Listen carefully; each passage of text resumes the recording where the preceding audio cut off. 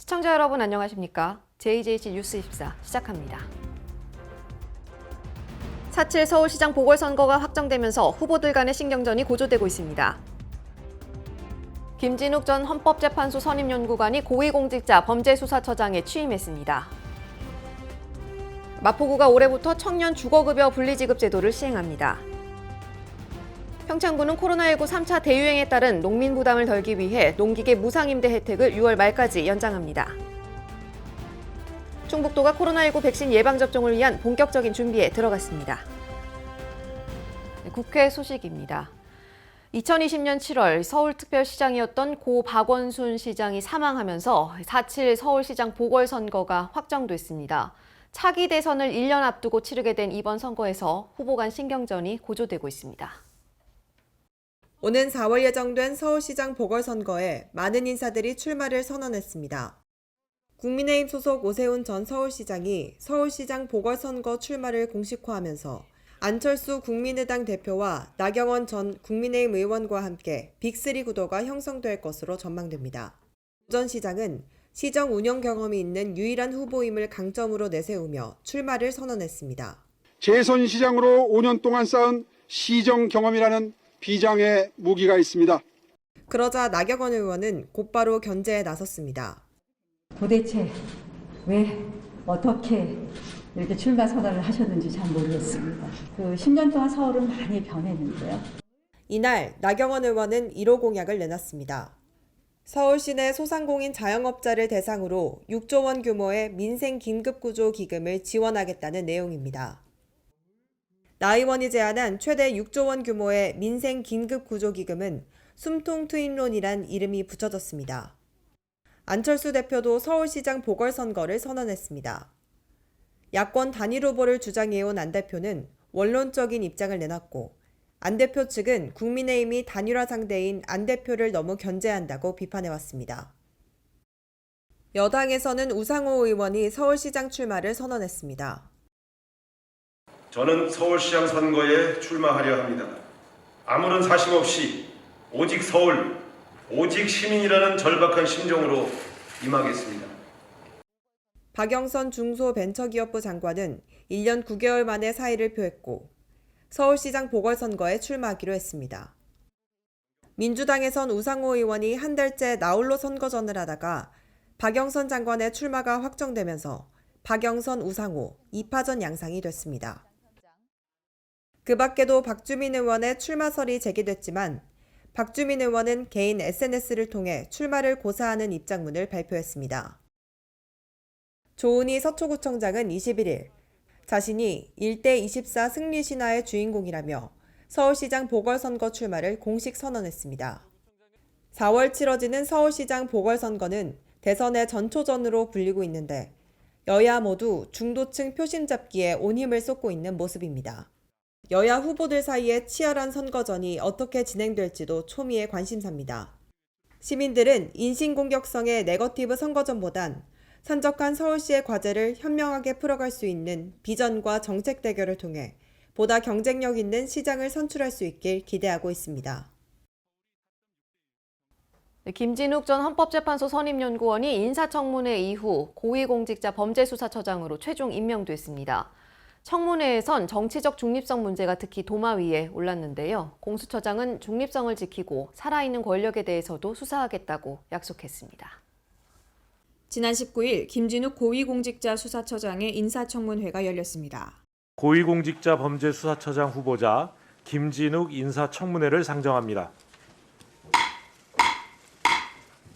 청문회 간 여야는 공수처의 독립성은 법률에 근거한 독립성 보장을 지키는 것뿐만 아니라 운영 과정에서 처장의 독립성 후보를 위한 노력이 중요하다고 주문했습니다. 여당은 김 후보자가 권력형 비리를 전담할 적임자임을 부각시켰고 야당은 정치적 중립성과 위장 전입 미공개, 정보 이용 주식 거래 의혹의 규명을 맞춘 청문회가 이어졌습니다. 이번 공수처장 청문회를 준비하면서 이렇게 무성의한 질의 답변 그리고 자료 제출을 하는 것은 처음 봤습니다.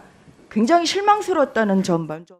검찰 잘못이 무한 반복되면서 이런 영원한 회기를 하고 있는데 이것을 끊어내는 것은 공수처다. 공수처가 그 제도이다. 라고 꼭 생각해 주시기 바랍니다. 이어서 김학의 전 법무부 차관의 출국 금지 및 수사정보 유출 의혹 등에 대한 질의문답도 이어졌습니다. 새로 임명될 공수처장의 1호 수사 대상에 대한 궁금증이 커져가는 가운데 김 후보자는 중립성을 지키고 살아있는 권력에 대해서도 수사하겠다고 약속했습니다. 김 후보자는 21일 임명장을 받고 앞으로 3년의 임기 동안 공수처를 지휘하게 될 예정입니다. 네, 수도권 소식입니다. 강북구가 2월 5일까지 3명 이상으로 구성된 청년 모임이나 단체를 대상으로 프로젝트 사업 참여자를 모집합니다. 청년 문화 발굴과 여성 복지 향상, 청년 문제 해결 등을 위한 아이디어 사업으로 최종 선정되면 팀당 최대 900만 원이 지원됩니다. 강북구가 청년들의 구정 참여 기회를 확대하고 이들의 활동을 활성화하기 위해 청년 도전 프로젝트를 공모합니다. 공모 주제는 코로나 상황을 대비해 온라인에서 활용 가능하거나 지역에 기반을 둔 청년 문화 발굴에 기여할 수 있는 사업이어야 합니다. 또 여성의 안전과 복지, 문화를 향상하고 각종 공공과제와 청년 문제 해소를 위한 참신한 아이디어도 제출 가능합니다. 참여를 희망할 경우 4가지 주제 가운데 하나를 선택해 응모하면 됩니다. 신청 자격은 강북구에 거주하고 있거나 강북구에서 활동하고 있는 만 19세 이상 39세 이하 청년으로 구성된 3명 이상의 모임이나 단체에 부여됩니다. 응모 기간은 1월 18일부터 2월 5일까지로 강북구 홈페이지에서 구비 서류를 내려받아 작성한 뒤 이메일로 접수하면 됩니다. 이번 사업은 청년들이 직접 기획하고 실행하고 평가할 수 있는 프로젝트를 강북구가 지원하는 것으로 올해 4월부터 연말까지 진행될 예정입니다. 서류 심사와 프레젠테이션, 질의응답 등을 거쳐 최종 대상자로 선정되면 팀당 최대 900만 원의 사업비가 지원됩니다.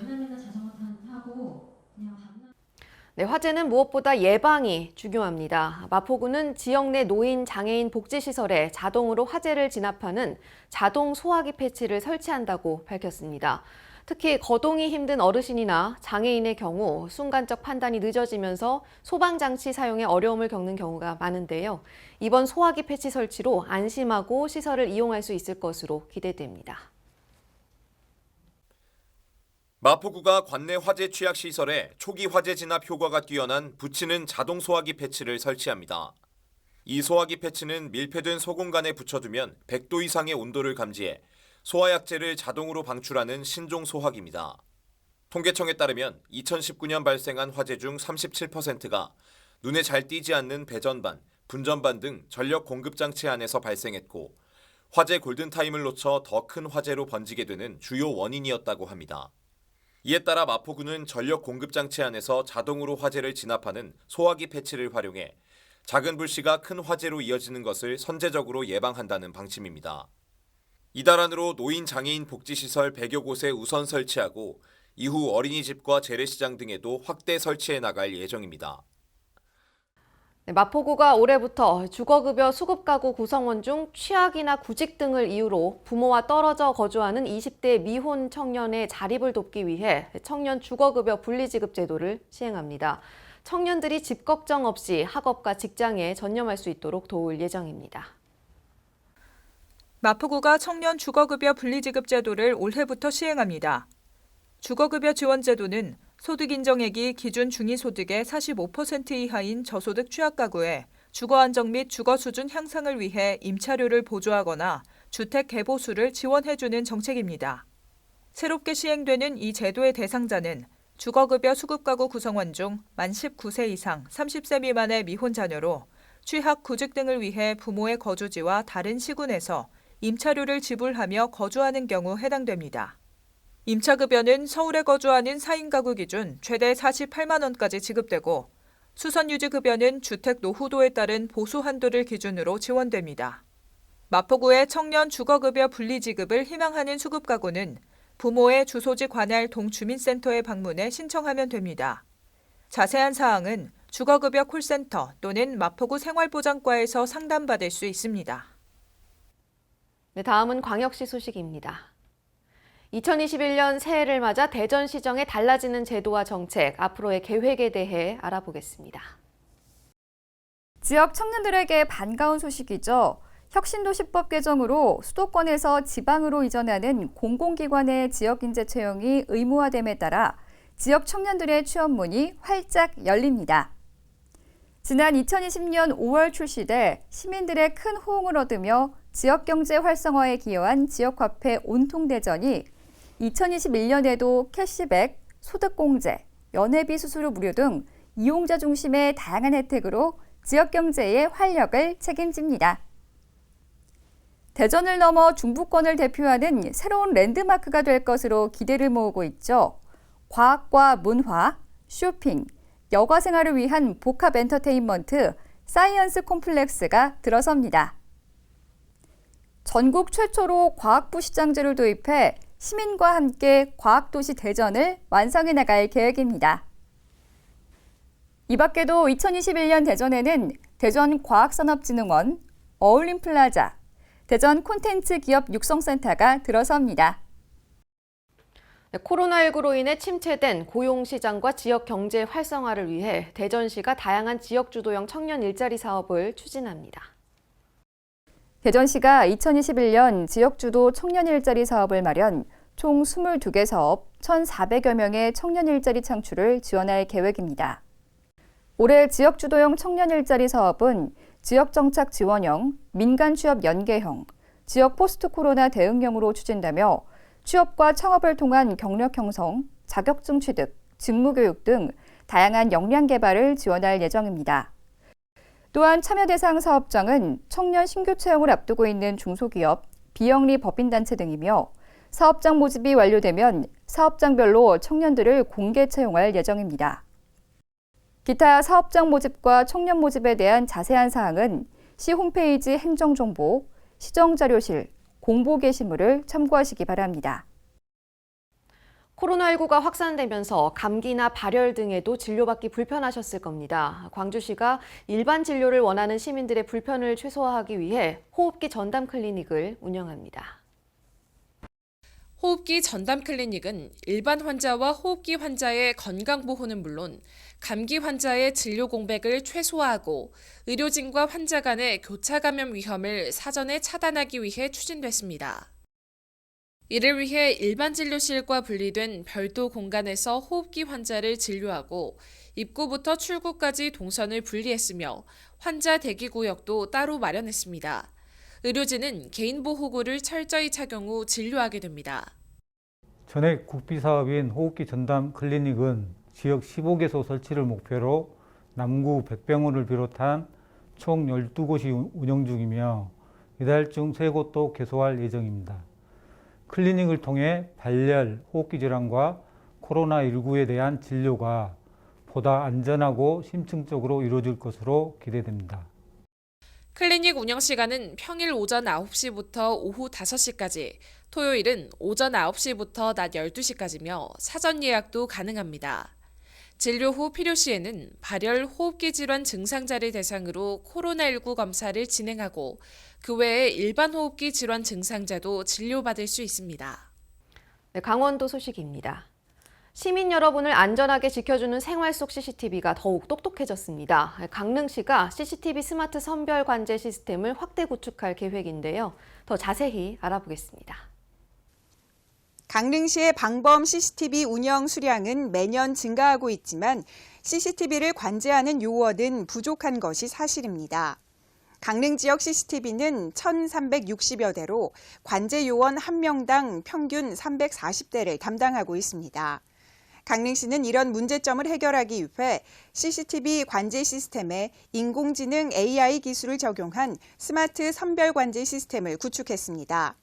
선별 관제 시스템이란 사람과 차량의 움직임을 스스로 분석해 움직임이 감지되는 영상만을 골라 관제 요원에게 보여주는 시스템인데요.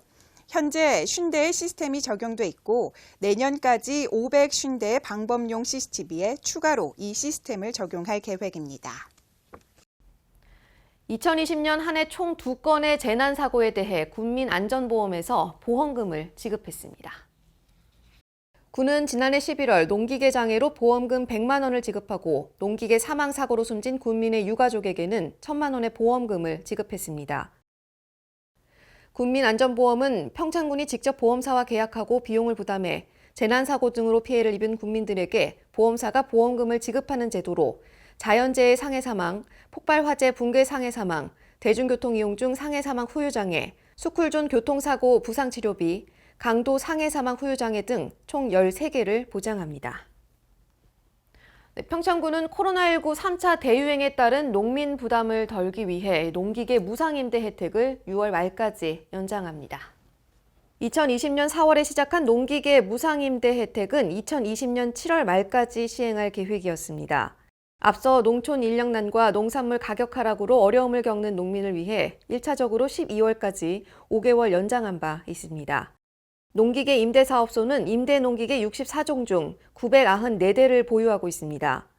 2020년 4월부터 12월 중순까지 모두 1,204개 농가에서 3,865대, 6,924일을 이용했으며 평창군이 감면한 임대료는 2억 500만 원입니다. 한편 농기계 임대료 감면 기간을 연장하고 올해 방림면, 되관령면 2곳에 농기계 임대사업소를 추가 설치해 농가에 실질적 도움이 되겠다고 전했습니다. 횡성군이 코로나19로 침체된 지역 경제에 활력을 불어넣기 위해 시가지 공영주차장 주차요금 감면을 실시합니다. 횡성군이 지난 1월 11일부터 횡성읍 시가지 공영주차장 11개 구간 108면에 대해 주차요금 감면에 들어갔습니다.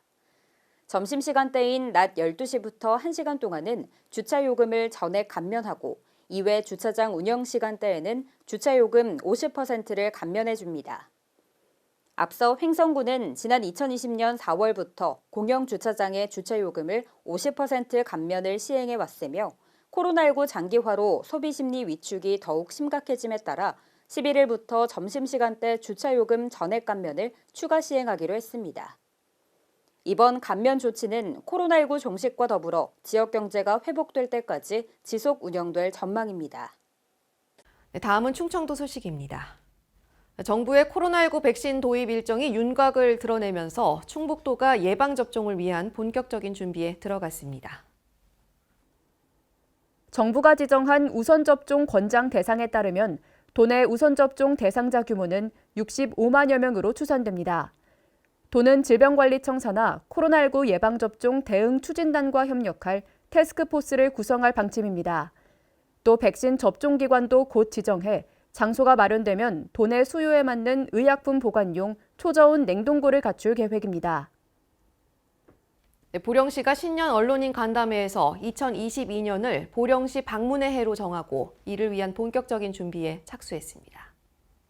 김동일 시장은 앞으로 코로나19 백신과 치료제 등이 보급되면 그동안 억눌려 있던 관광 수요가 급증할 것이라며 성주산 모노레일 및 원산도 해상 케이블카 설치 등 관광 인프라를 확충해 2022년을 보령시 방문해로 선포하기 위한 작업에 착수했다고 밝혔습니다. 뿐만 아니라 보령 화력 1, 2호기 조기 폐쇄에 따라 산업위기 대응 특별지역과 중소기업 특별지원지역 지정 신청도 함께 추진하기로 했습니다. 보령시는 코로나19 장기화 등으로 지역이 위기에 직면해 있지만 이를 지역 발전의 동력으로 삼아 적극적으로 난관을 헤쳐나간다는 방침입니다. 경상도 소식입니다. 코로나19로 어려움을 겪고 있는 양산시의 중소기업과 소상공인을 위해 중소기업 육성자금과 소상공인 긴급자금을 지원합니다. 양산시는 중소기업의 자금난을 해소하고 경영 안정을 위해 경영 안정자금과 시설 설비자금, 기술 창업 안정자금 등 800억 원 규모의 중소기업 육성자금을 지원하기로 했습니다. 중소기업 육성자금은 양산시와 협약을 맺은 시중은행이 자금을 대출하고 시가 대출금리 일부를 보전해주는 방식으로 지원됩니다. 아울러 경상남도는 사회적 거리 두기에 따른 영업 제한으로 어려움을 겪고 있는 소상공인을 위해 긴급자금 지원에도 나섰습니다. 지원 대상은 음식점업, 노래 연습장 등 9개 업종으로 지원 규모는 총 300억 원이며 업체당 기보증 포함 1억 원 이내에서 별도 한도 사정 없이 1,000만 원 동일 금액을 융자하고 경남도가 2년간 연 2.5%의 이자 차익을 보전합니다. 도시 경쟁력의 가장 기본, 바로 인구입니다. 포항시는 51만 인구 회복을 위해 지속적으로 새로운 시책을 발굴하는 등 온 힘을 다하고 있는데요. 포항사랑 주소 갖기 운동에 여러 기관이 함께하며 힘을 보태고 있습니다. 포항시는 15일 포스코 및 6개 계열사와 함께 포항사랑 주소 갖기 운동 상생발전 협약식을 가졌습니다. 시는 이날 협약식에 함께한 기업들과 유기적 동반자 관계를 형성합니다. 이를 통해 위기의식을 나누고 정보를 공유하는 등 인구 감소 문제에 공동 대응합니다. 또 향후 포항 주소 전입 시 기업별 인센티브 방안도 함께 논의하기로 했습니다. 아울러 포항시는 이날 협약을 시작으로 철강관리공단, 지역 내 대학, 자생단체 등과 추가로 협약을 이어갈 예정입니다. 한편 포항시는 51만 인구 회복에 사활을 걸고 있습니다. 먼저 다음 달부터 전입대학생에게 주소 이전 지원금을 최대 30만 원까지 지원할 계획이며 관내 이전, 신증설 기업 등의 근로자에게 이주 정착금도 지원합니다. 시는 앞으로도 적극적 정책 개발을 통해 51만 인구 회복에 도움이 되는 유인책을 꾸준히 개발해 나갈 방침입니다. 네, 전라도 소식입니다. 정희균 전라북도 교통문화연수원장이 제28대 대한테니스협회 신임회장에 선출됐습니다. 정희균 당선인은 협회 정상화와 화합에 대한 의지를 밝혔습니다. 강석훈 기자의 보도입니다. 정희균 전라북도 교통문화연수원장이 제28대 대한테니스협회 신임회장에 선출됐습니다. 이날 선거에서 정희균 신임회장은 총 투표수 189표 중 100표를 획득해 제26대 회장을 지낸 주원홍 후보와 제27대 회장을 지낸 곽용훈 후보, 김문일 후보를 누르고 당선됐습니다. 개인적으로 아주 큰 영광이고 특히 전라북도에는 아직까지 전국 단위 회장이 그렇게 많지 않은데 제가 전북의 자존심을 세워준 것 같아서 특히 더 영광으로 생각하고 있습니다. 정희균 신임회장은 테니스계 갈등을 봉합하고 화합으로 나아가기 위한 방향으로 3대 과제를 제시했습니다.